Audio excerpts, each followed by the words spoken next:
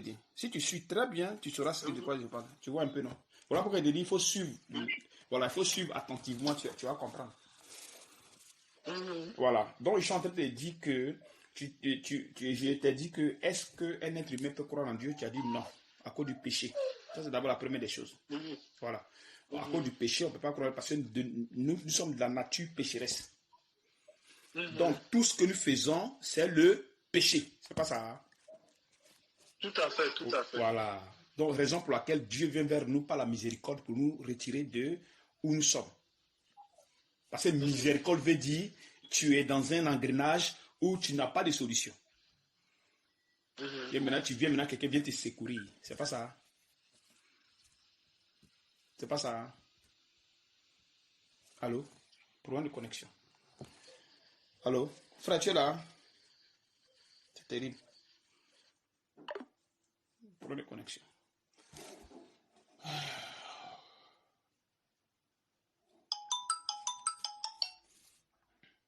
Allô, frère, tu es là? Hein?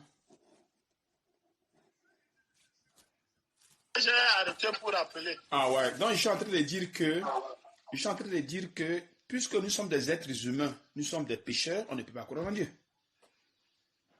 Voilà. Maintenant, puisqu'on ne peut pas croire en Dieu, Dieu, qu'est-ce qu'il fait? Il nous attire via son esprit, non? C'est pas ça. Hein?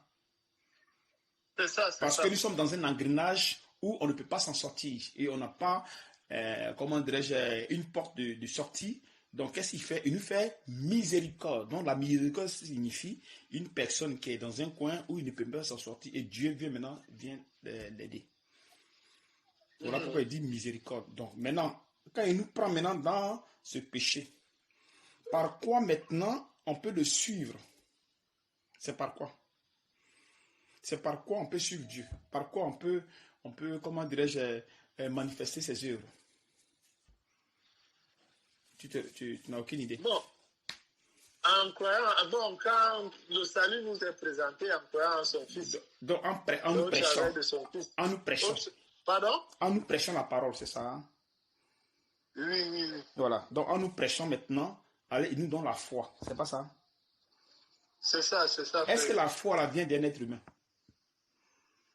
Non. Donc, on ne peut pas avoir la foi pour croire en Dieu. C'est ça, non? C'est Dieu qui met la foi dans notre cœur. Voilà. Donc, quand il met la foi dans notre cœur, qu'est-ce qu'on fait maintenant? On rentre maintenant dans la bergerie. Oui. Maintenant qu'on est dans la bergerie, c'est-à-dire qu'aujourd'hui, on m'appelle, comment dirais-je, on me prêche la parole.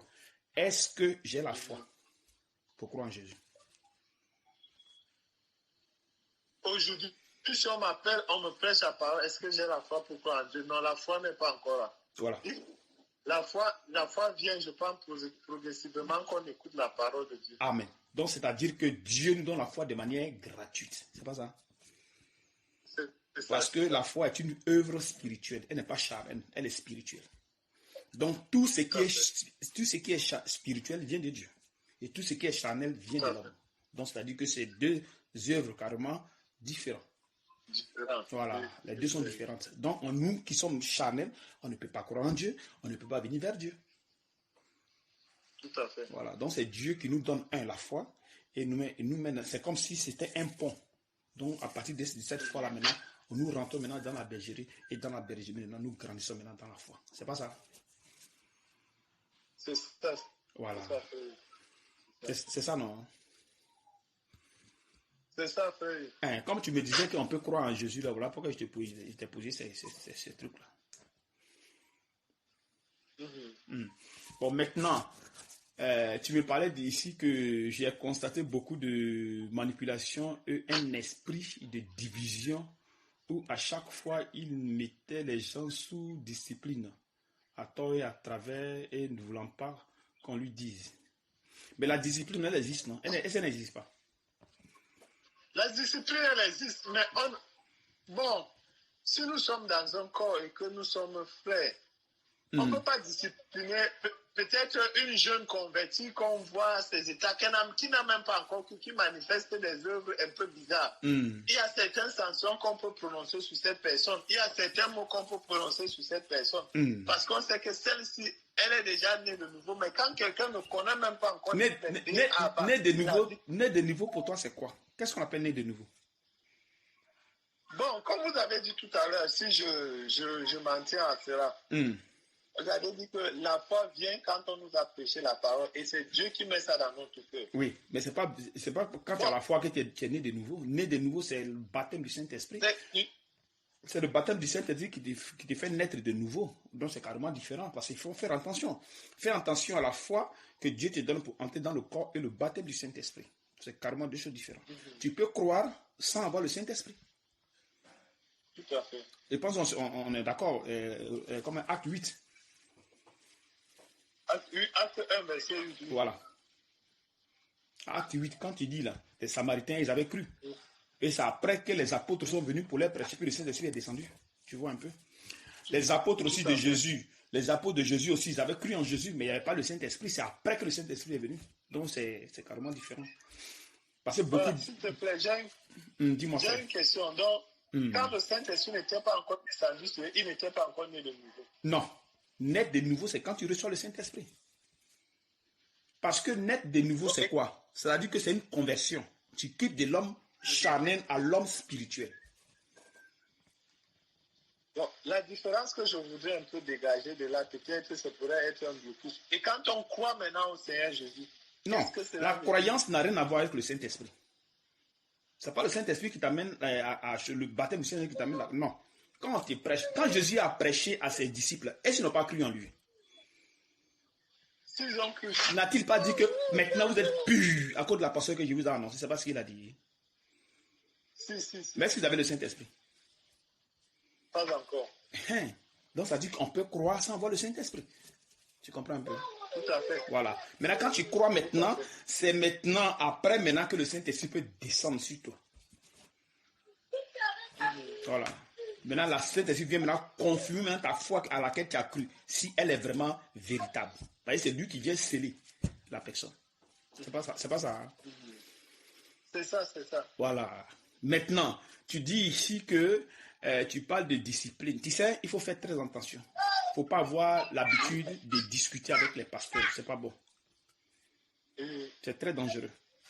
Si le pasteur, il est dans l'erreur, et quand tu dis les Écritures que tu vois que ça ne va pas, tu te retires, c'est tout. Parce que la Bible dit.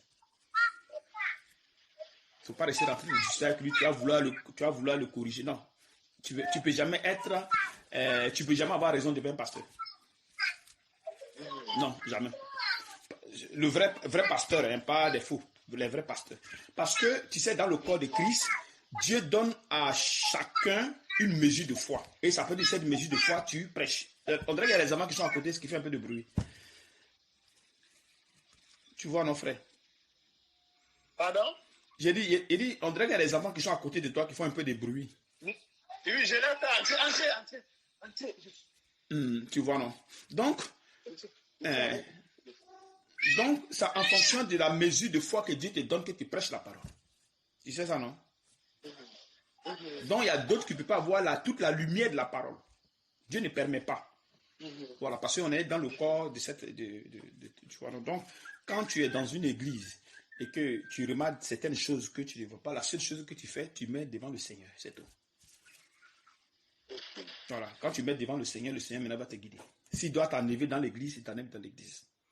Tu vois, non, mais il ne faut pas prendre ton temps en train de discuter. Non, c'est pas bon. Tu tombes et tu te contentes toi-même, c'est pas bon. Si tu mets devant un serviteur, là, c'est encore plus grave.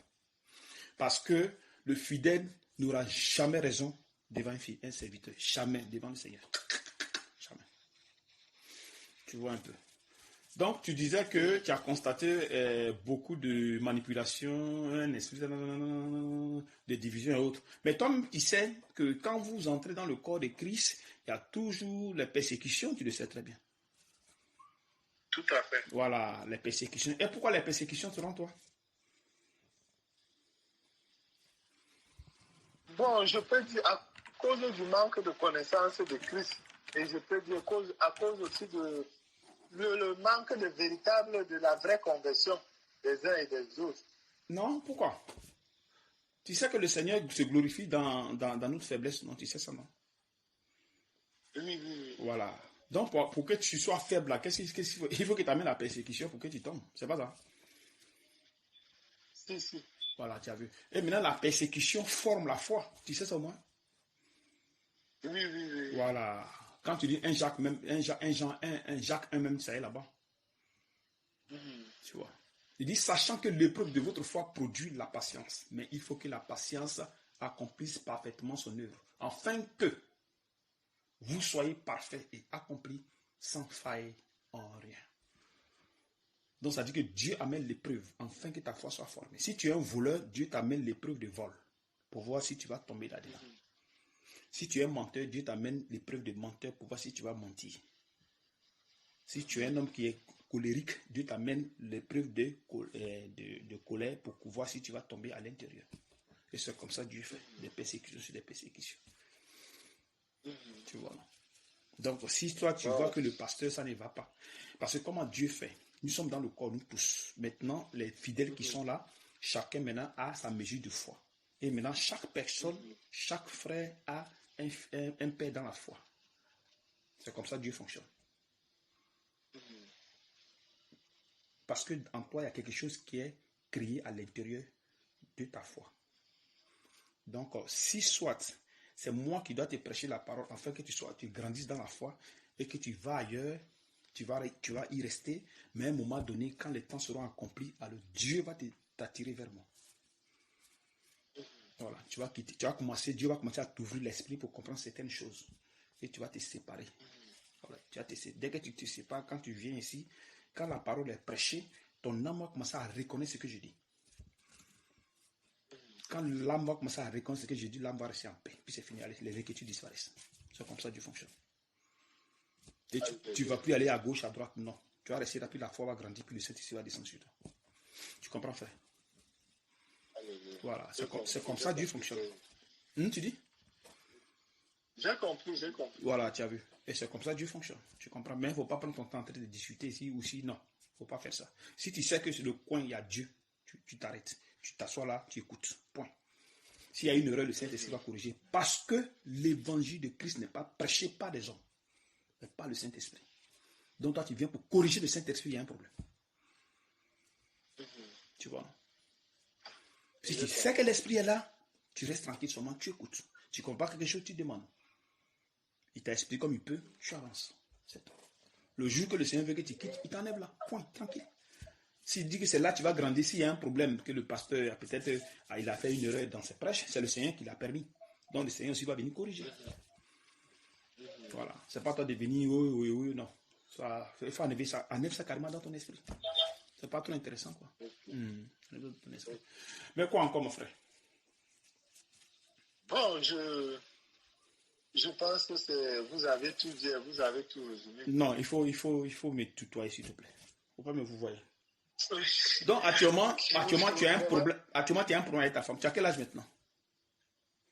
Actuellement, j'ai 39 ans. Moi, j'en ai 49. Donc, j'ai 39 ans. Moi, j'en ai 49. Il y a 10 ans, toi et moi. Donc, bon, quand je dis que j'ai 39 ans, ça, c'est un âge, je peux dire professionnel. Parce que j'ai constaté il y a quelques années que papa avait retranché 2 ans sur mon âge. Ah, ok. Donc, tu as 41 ans maintenant. Donc, puis j'ai 41 ans maintenant. Ah, ok. Papa avait retranché 2 ans sur mon âge. Ah, ok. Donc, maintenant, officiellement, j'ai 41 ans. Tu as 41 ans. Gloire au Seigneur. Oui. Donc, je disais que, bon, maintenant, on passe maintenant à quelle étape maintenant? On a fini avec cette étape. Bon, dis-moi, frère. Je voudrais retrouver vraiment le Jésus que j'ai connu il y a quelques années. Tu l'as connu il y a quelques années? Tu es sûr que tu avais connu ce Jésus-là? Hein? Pardon? Tu es sûr que tu l'avais connu vraiment? Hein? Tu es sûr que tu as déjà connu Jésus? Je suis très sûr. Je suis très sûr. Dis-moi alors comment tu l'as connu et comment tu sais que c'était du vrai. Dis-moi. Bon, j'ai cru le 28 mars 2004. L'année qui suivait, je me suis baptisé le 5 février 2005. L'année qui suivait, 2005 là, j'ai eu le bac, je suis allé à Soie. De 2005 en 2011.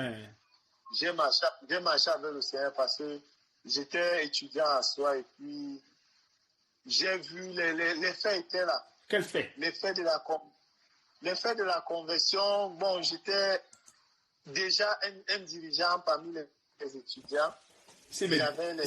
Attends, allons doucement, frère. Attends, allons doucement, frère. Attends. Oui. Tu sais, le problème, c'est quoi? Dieu rend service à tout le monde. Parce que nous sommes ces créatures qui n'ont rien à voir avec la conversion. Ne mélangez pas les choses.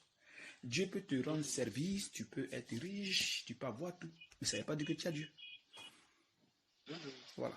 Donc, ne confonds pas ce que Dieu fait pour toi et lui-même, le fait que tu suives ses ordonnances, ses lois, ses préceptes, c'est carrément différent.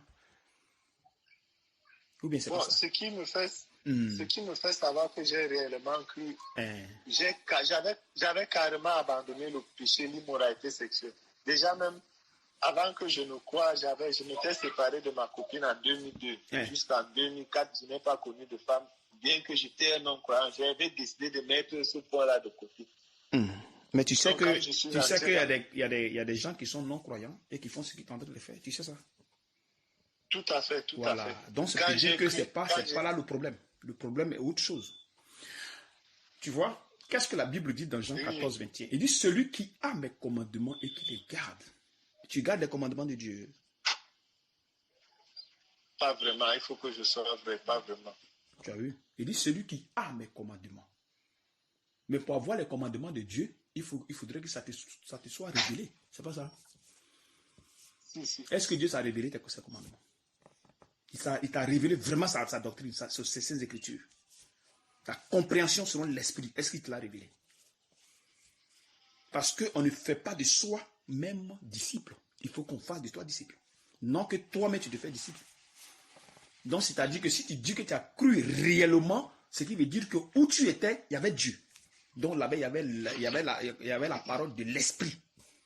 C'est avec la parole de l'esprit qu'on rentre dans la foi. Paul a dit dans 2 Corinthiens 13, verset 5, examinez-vous si vous êtes dans la foi. C'est ce qu'il dit. Est-ce que tu étais dans la foi, frère? Oui, j'étais dans la foi. Si tu es dans la foi, tu es sûr que tu étais dans la foi? Tu es dans quelle église? Oui. À la communauté missionnaire chrétienne internationale. Ok. Maintenant, là-bas que tu es dans la foi, est-ce que Dieu est venu confirmer ta foi par le baptême du Saint-Esprit? Par le baptême du Saint-Esprit, c'était le 28 juillet 2008 à soi. Comment tu as reçu le Saint-Esprit? Bon, il y avait l'église était dans le jeûne. De quoi? Jeûne de quoi? Jeûne pour le baptême du Saint-Esprit. Oui, mais le jour-là même, le dimanche, je n'avais pas été rempli du Saint-Esprit. Moi, j'ai continué à prier. C'est dans ma chambre, je pense que c'était un mercredi ou un jeudi, que j'ai reçu le baptême du Saint-Esprit. Comment c'est passé? Bon, ce jour, je m'étais levé à 22h. J'ai commencé à lire ma Bible. Pendant que je lisais la Bible, j'ai commencé à chanter. C'est comme ça que j'ai commencé à prier en langue. Quand tu priais en langue, tu disais quoi? Bon, j'étais en train de confesser la grandeur du Seigneur. La grandeur de Dieu. Dieu est bon, Dieu est grand, Dieu est merveilleux. J'étais en train de... Bon, je voyais les merveilles de Dieu. Juste, la parole de Dieu était devenue... Chaque fois que je lisais la parole de Dieu, j'étais en pleurs. Quelques années plus tard, à partir de 2012, cela est pratiquement... Je pouvais lire la parole, ça devenait comme un livre de mathématiques. C'était plus ce qui était avant, que quand je lisais la parole, je pouvais faire 2 jours sur un chapitre. Je n'arrive pas à traduire ce chapitre tant que je ne suis pas satisfait. Mais après, là, c'était devenu... Allô? Je ne t'entends plus, frère. C'était devenu? Donc, c'était devenu monotone. Il n'y avait plus cette vie-là où quand tu lisais la parole de Dieu, tu confessais, tu rendais grâce à Dieu, tu pleurais même, tu voyais ta misère. Ok. Mais je vais te poser une question. Tu sais que le problème, quand le Saint-Esprit est venu, d'après toi, le Saint-Esprit est venu en toi. Mais qu'est-ce que le Saint-Esprit t'a dit quand il est arrivé? Toi, personnellement, qu'est-ce qu'il t'a dit? Personnellement, je n'ai pas reçu d'instruction. Mais pourtant que le Seigneur te parle quand il vient dans ton corps. Il te parle de la manière, moi je te parle, tu l'entends. Il va te dire, Florent, fais ceci. Florent, fais ceci. Florent, il faut être dans la justice. Florent, il faut être intègre. Florent, il faut être obéissant. Florent, il faut faire ceci, il faut faire cela. C'est ce qu'il te dit. Parce que c'est ce que l'esprit, il te fait. Et maintenant, il va te nettoyer de tout ce qui est en toi, maladie, les démons, les mauvaises pensées, tous ces genres de choses, il t'enlève ça. C'est pas qu'il vient là comme ça, puis c'est tout. Non, il ne fonctionne pas comme ça. Parce que lui doit grandir il doit grandir en toi, il vient en tant qu'un enfant. Il doit grandir avec l'être intérieur qui est en toi. C'est comme ça qu'il grandit. Voilà pourquoi je te pose ces genres de questions là. Parce qu'il y a le faux Saint-Esprit aussi qui arrive. Tu as le faux Saint-Esprit. Donc si tu es dans un faux truc, alors là, tu vas recevoir l'esprit là-bas. Sinon, quand tu reçois le Saint-Esprit, il y a la manifestation, il y a la transformation. Et maintenant, lui qui va te suivre, ton Père dans la foi, va te suivre afin que tu sois transformé. C'est pas qu'on te laisse comme ça, non, ça ne fait pas, on ne fait pas ça. On doit t'enseigner pour que tu grandisses, pour que tu enlèves les désirs, le péché en toi, tous ces genres de choses-là. Mais si le péché n'est pas quitté, comment tu fais? Parce qu'il faut circoncire le cœur. Est-ce que ton cœur a été circoncis quand tu as reçu le Saint-Esprit? Le Saint-Esprit t'a amené à ce que tu circoncis ton cœur. Franchement, non. Je peux voilà. dire que dis-moi, frère. D'après ce que nous sommes en train de... Mes yeux sont en train de s'éclaircir, que ce n'était pas vraiment aussi... Ce n'était pas aussi clair comme vous êtes en train de m'éclaircir. J'étais dans le flou. Et voyant aussi l'amour que j'avais pour le Seigneur, je me suis emballé là-dedans. C'est maintenant que quand vous parlez comme ça, quand le Saint-Esprit donne les instructions et autres, je comprends que c'était une manifestation de la foule. Parce qu'il y a le faux Saint-Esprit qui arrive. Tu vois, non? Il y a le faux Saint-Esprit qui arrive. Sinon, il faut voir Paul. Paul, même le Saint-Esprit l'indiquait. Fais ceci, fais cela. Quand il veut prêcher, il dit non, ne va pas là-bas. Il lui disait ça. Même ici, c'est pareil. Ceux qui reçoivent le Saint-Esprit, ils parlent avec le Seigneur quotidiennement. Donc, quand tu as reçu de l'Esprit, forcément, tu vas parler avec le Seigneur. Ça, voilà, c'est une obligation. Tu vois un peu, non? C'est pas ça, frère. C'est pas ça, frère. Pardon? C'est ça, non? Je ne vous ai pas suivi. La dernière fois, je n'ai pas suivi. Non, je dis, Paul, il parle avec le Seigneur comme je te parle. Donc, quand tu reçois l'Esprit, c'est forcément que tu as parlé avec le Seigneur, forcément. Parce que c'est lui qui nous guide, c'est pas ça, hein? C'est ça. Voilà, c'est lui qui nous guide. Et maintenant, il va t'amener à ce que ton cœur soit circoncis. Donc, il va te faire... Chez vous, là-bas, comment vous arrivez à circoncire le cœur, au dépouillement? Vous faites quoi? Comment vous faites? Quel est le travail que vous faites pour vous dépouiller? Vraiment, c'est là le vrai questionnement. Et c'est là où je suis moi-même...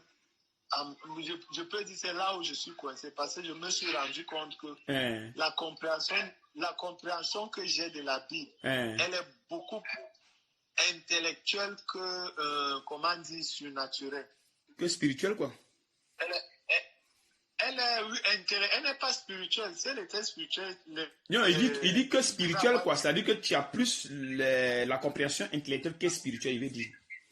Oui, c'est ça. Pourtant, dans Colossiens 2:11, c'est écrit. Et c'est en lui que vous avez été circoncis d'une circoncision que la main n'a pas faite, tu vois, mais de la circoncision de Christ, donc de l'esprit, qui consiste dans le dépouillement du corps de la chair. Donc, c'est-à-dire que c'est Christ qui vient dépouiller ton corps des désirs de la chair. Parce que tu sais, puisque nous sommes des pécheurs, alors comment il y a le péché qui est en nous, tu vois, non? Donc notre cœur est plein de péché. Donc pour que nous puissions marcher dans la volonté de Dieu, qu'est-ce qu'il faut faire? Il faut que nous venions à Dieu, nous venons vers lui avec des jeûnes et des prières, des supplications, comme dit Joël 2:12. Et revenez à moi avec des prières, des jeûnes et des supplications. Les Paul même, comme les apôtres de Jésus, là, eux jeûnaient et priaient, non? Dans Actes 1 et 2. Là. Voilà, ils jeûnaient et priaient continuellement, ils priaient et jeûnaient, tu vois un peu. Pourquoi c'est pas ça? C'est ça. Voilà, maintenant Jésus, qu'est-ce qu'il a dit à propos du cœur? À propos du qu'est-ce que Jésus a dit? Dans Matthieu 15, 19. Il n'a pas dit que c'est du cœur que viennent toutes ces choses-là, les mauvaises pensées. Donc, ça te dit que le cœur stocke le péché. Maintenant, pour enlever maintenant ce péché maintenant dans le cœur, qu'est-ce qu'il faut faire? Il faut gêner, il faut prier pour que Dieu enlève ça. Sinon, ça ne peut pas quitter. C'est comme un pasteur vient te dire, il dit, ah Florent, faut pas, comment dirais-je, faut pas voler, faut pas chercher femme, faut pas faire ceci, faut pas faire cela. Mais si tu ne fais pas ces choses-là, si tu arrêtes, tu l'as arrêté de manière charnelle. Mais ces choses sont dans ton cœur. Ça peut se manifester un jour. Donc, pour enlever, il faut circoncire le cœur par l'esprit. Voilà, donc c'est l'esprit qui va circoncire ton cœur. Pour que ça quitte totalement, pour ne même plus que tu aies ces désirs-là. Tu vois un peu? Parce que quand on lit dans Matthieu 15, 19, il dit, car c'est du cœur que viennent les mauvaises pensées, les meurtres, les adultères, les impudicités, les vols, les faux témoignages, les calomnies. Donc le cœur stocke des choses. Donc quand Dieu vient maintenant, il circoncie le cœur. Parce que si le cœur n'est pas circoncis, mon frère, tu ne peux rien faire. Tout à fait. Tu vois un peu, non, frère? Oui, frère. Mais si tu ne suis pas bien, tu me dis, hein, là, comme ça, je vais encore t'expliquer d'une autre façon si c'est possible. Oui, je vous suis bien. Non, je te suis bien. Non que je vous suis. Je te suis bien, je te suis bien. Toi, tu ris seulement. Oh, mon frère, si. Que le Seigneur te bénisse. Amen, amen, amen. Donc, tu vois un peu, frère. Tu comprends un peu, non? Oui, voilà. Frère. Donc, qu'est-ce que le Seigneur fait? Il te donne la foi pour que tu entres dans la bergerie. Dès que tu entres dans la bergerie maintenant, il y a du travail maintenant à faire. Donc, ta vie de péché là, il va enlever ça dans ton cœur, afin que tu puisses maintenant marcher parfaitement. Donc, comment dirais-je, il forme en toi les œuvres qui ont été créées. Alléluia. Voilà, il faut que ces œuvres qu'il a préparées d'avance là, ça est dans la foi, ça est dans la foi. Donc, dans cette foi, maintenant, qu'est-ce qu'il faut faire pour que ça sorte? Pour que ça puisse générer choses, il faut maintenant que tu gênes, tu pries, tu gênes, tu pries, tu gênes, tu pries, allez, puis ça quitte. Tu vois, non? Quand tu pries, quand tu gênes, tu pries, et tu lui demandes, Seigneur, circoncis mon cœur, enlève-moi telle chose, et maintenant les trucs commencent à quitter, ton cœur commence à être stable, ton esprit commence à être stable, tu commences à avoir le renouvellement de l'esprit, allez, un nouveau cœur. Comme dans Ézéchiel 36, verset, il a dit, je vous donnerai un cœur nouveau. Je mettrai en vous un esprit nouveau. Est-ce qu'un être humain peut se donner un cœur nouveau, frère? Hein? Non, c'est impossible. Voilà. Il dit, je vous donnerai un cœur nouveau et je mettrai en vous un esprit nouveau. J'ôterai de votre corps, un cœur de pierre. Le cœur de pierre, il va enlever ça, puisque nos cœurs de pierre, c'est l'incrédulité. Et je vous donnerai un cœur de chair, c'est-à-dire un cœur qui sera obéissant. Je mettrai mon esprit en vous et je ferai en sorte que vous suivez mes ordonnances et que vous observez et pratiquez mes lois. Tu as vu ça? Donc, c'est-à-dire que tout ce que nous allons faire, c'est lui qui va nous conduire dans la perfection. Les gens disent qu'on perd le salut, mais il y a un problème, il y a des enseignements comme ça. Si toi aussi, vous perdez le salut chez vous. Le salut? Bon, si nous regardons après les Écritures, surtout dans l'Apocalypse, on dit quoi là-bas?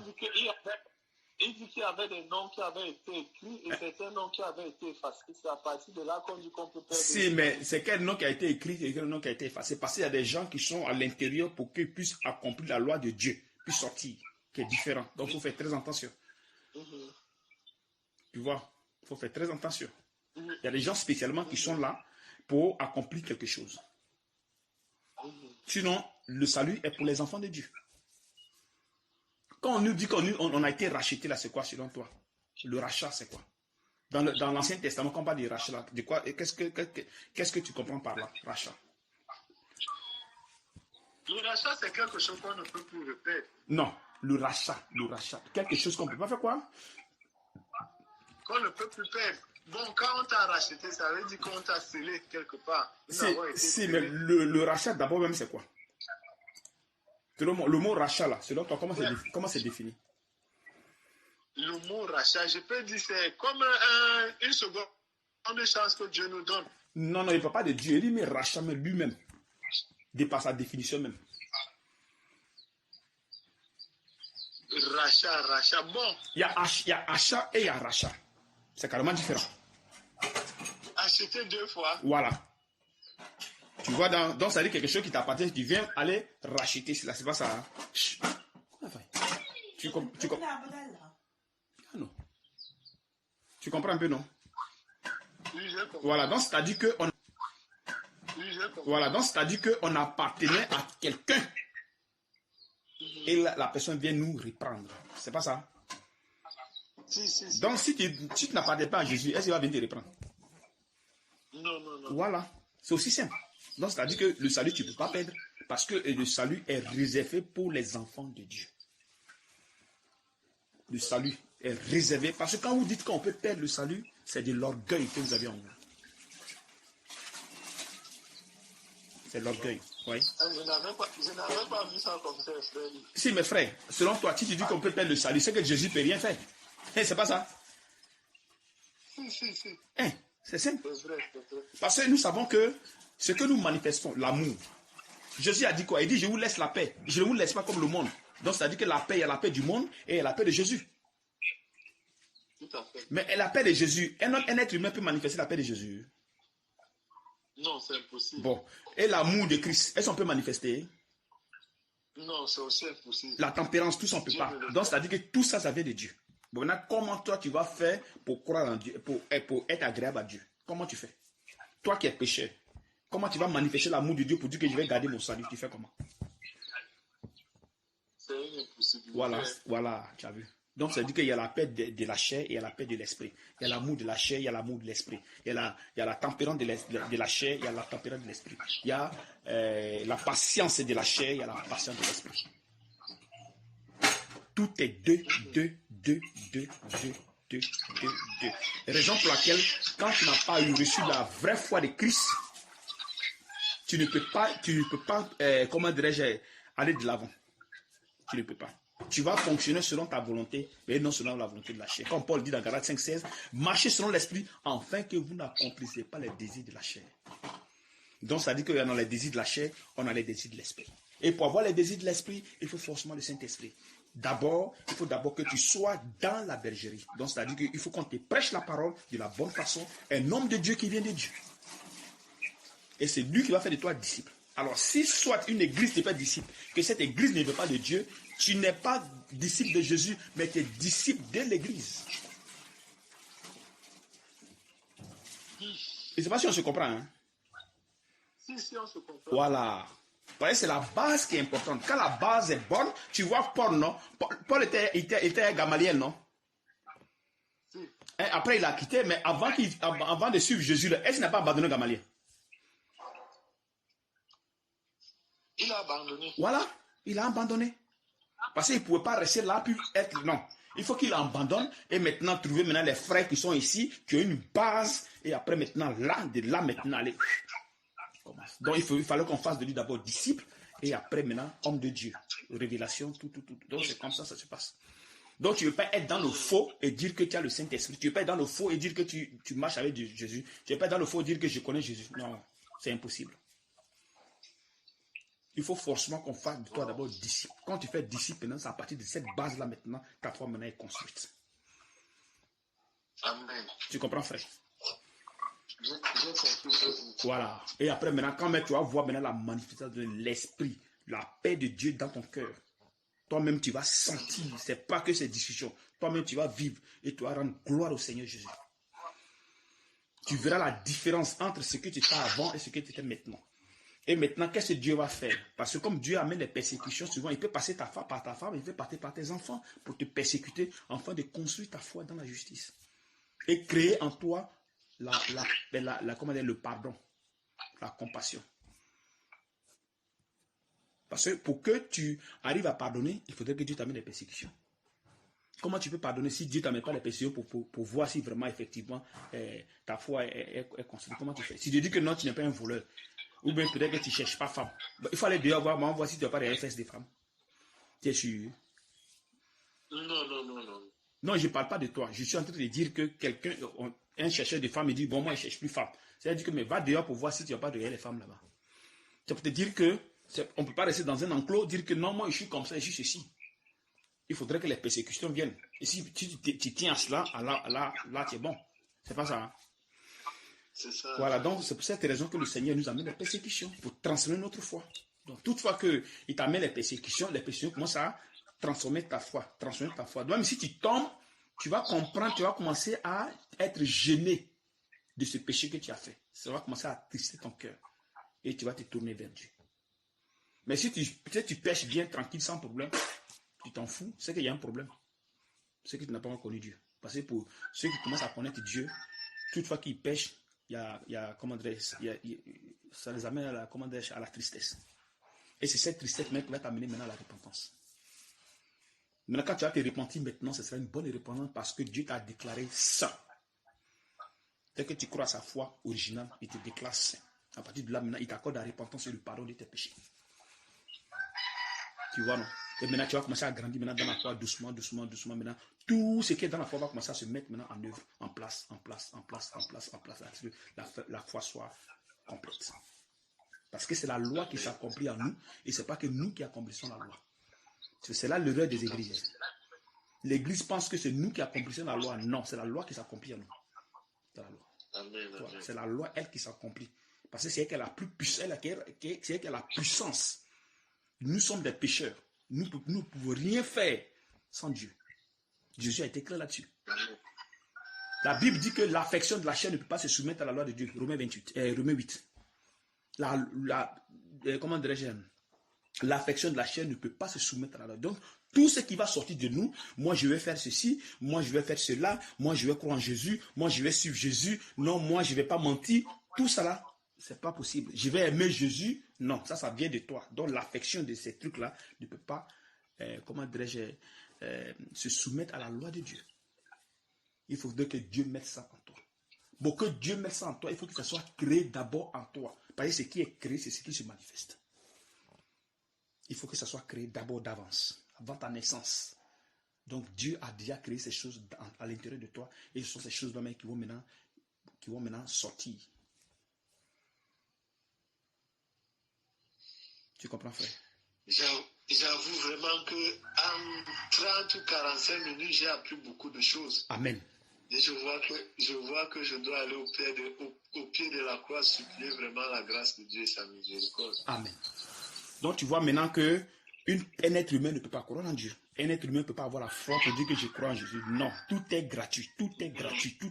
Une personne qui dit que non, je vais suivre Jésus par ma force, je vais faire un effort pour faire ceci, c'est un orgueilleux. C'est un orgueilleux seulement. C'est un orgueilleux. Sinon, la position que nous avons, nous sommes des pécheurs. Tu veux faire quoi? Nous sommes des pécheurs. Nous sommes des pécheurs. On ne peut rien faire sans Dieu. Jamais. C'est par sa grâce, par sa miséricorde qu'il nous fait grandir dans la foi. Il nous donne le Saint-Esprit. Il nous donne sa foi. Tu vois, non? Et maintenant, quand il va commencer à transformer ta personne, tu peux supporter ta femme. Sans problème. Quand il va transformer parce que comment Dieu fait? Toi, tu es ténèbres, ta femme est ténèbres. Donc, forcément, il va avoir clash. Ça, c'est forcé. Pour que toi, tu arrives à être maîtrisé, Dieu passe par toi et te donne le salut. Et maintenant, il transforme ta personne maintenant. Et la petite lumière, elle va commencer à toucher ta femme. Parce que ton comportement va commencer à changer le comportement de ta femme. Elle va parler 1, tu restes tranquille. Elle va parler 2, tu restes tranquille.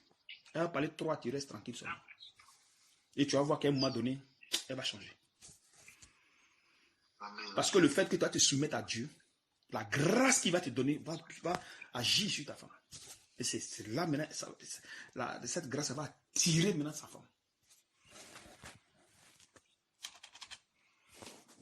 Est-ce que tu comprends un peu, frère? Amen. Je comprends parfaitement. Tu vois.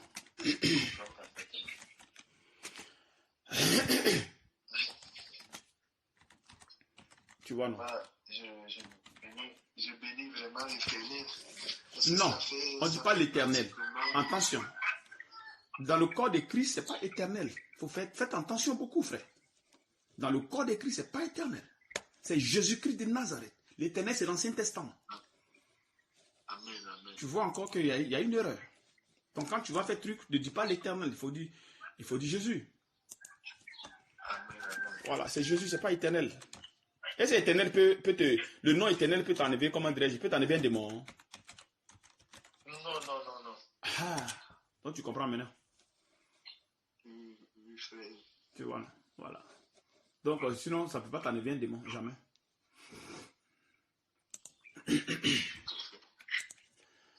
Je bénis vraiment le nom du Seigneur Jésus qui a permis que cela soit possible. Amen. Tu vois un peu maintenant.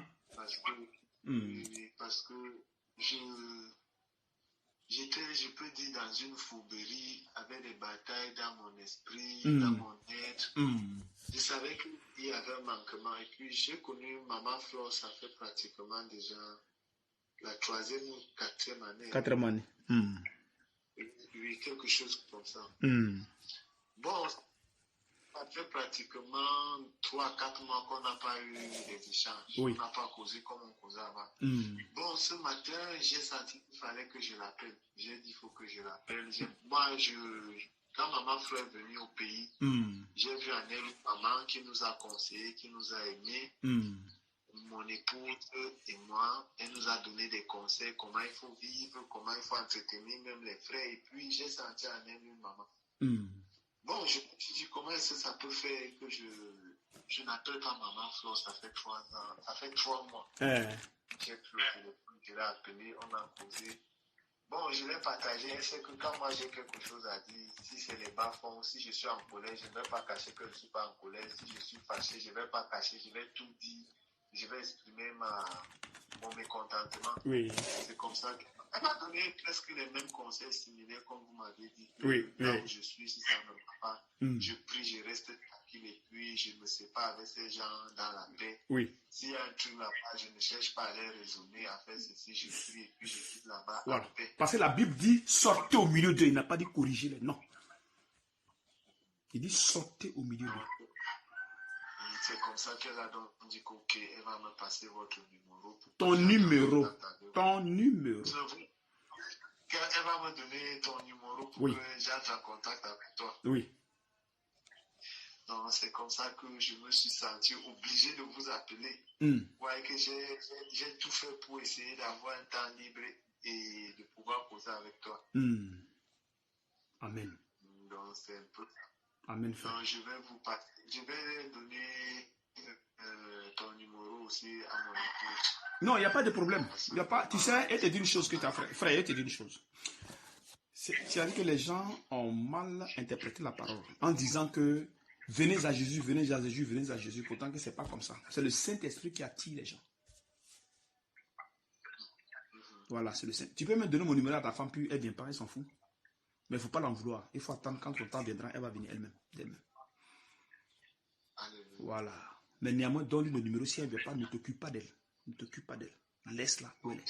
Quand le temps va venir, Dieu va l'attirer. Parce que c'est Dieu qui attire tout être. Quand le temps vient, tu attends la voix de Dieu. La voix du Seigneur. Quand il prêche la parole. Parce que c'est le Saint-Esprit qui prêche la parole, non les êtres humains. Nous sommes seulement des canaux, des instruments que Dieu utilise. Parce que si moi je prêche la parole selon la chair, toi tu n'es pas disciple. Moi je vais te faire moi mon disciple. Voilà.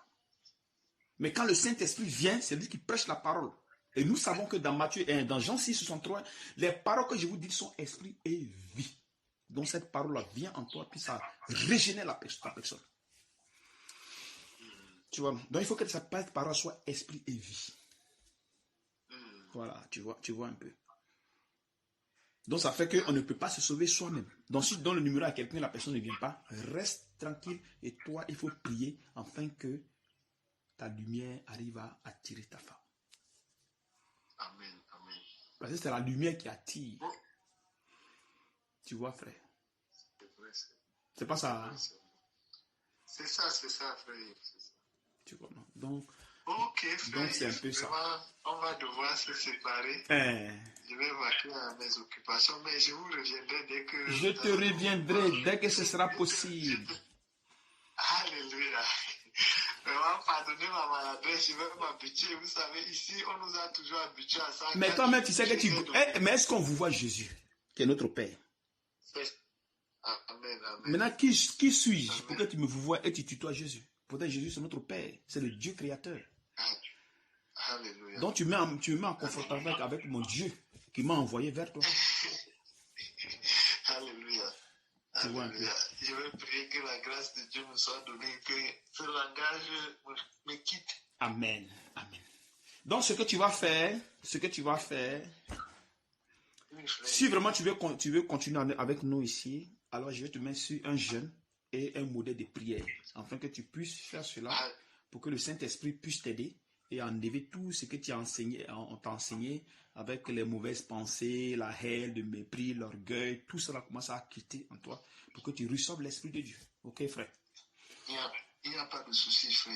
Je suis tout à fait avec vous. Donc, quand tu seras dispo, tu me fais signe peut-être le soir, demain matin. Mais il faut te dire qu'à partir de demain, tu dois jeûner. À partir de demain. À partir de demain, voilà, tu dois jeûner un mois. Dis à ta femme. Si elle peut jeûner aussi, bon, tant mieux. Maintenant, je vais t'amener les audios pour que tu puisses suivre les enseignements. Quand tu auras un bout de temps, voilà, tu suis les enseignements. Donc, je vais t'amener comment tu vas prier, afin que le Seigneur puisse t'aider. Un mois de jeûne, 6h, 18h, sans manger, sans boire. Et je te dirai comment tu vas faire et pour que le Seigneur arrive à te conduire lui-même dans sa volonté parfaite. Que le Seigneur te bénisse et qu'il te fortifie. Mon bien-aimé Florent. Amen. Ciao. Amen, amen. Oh, ciao, dans la paix. Amen.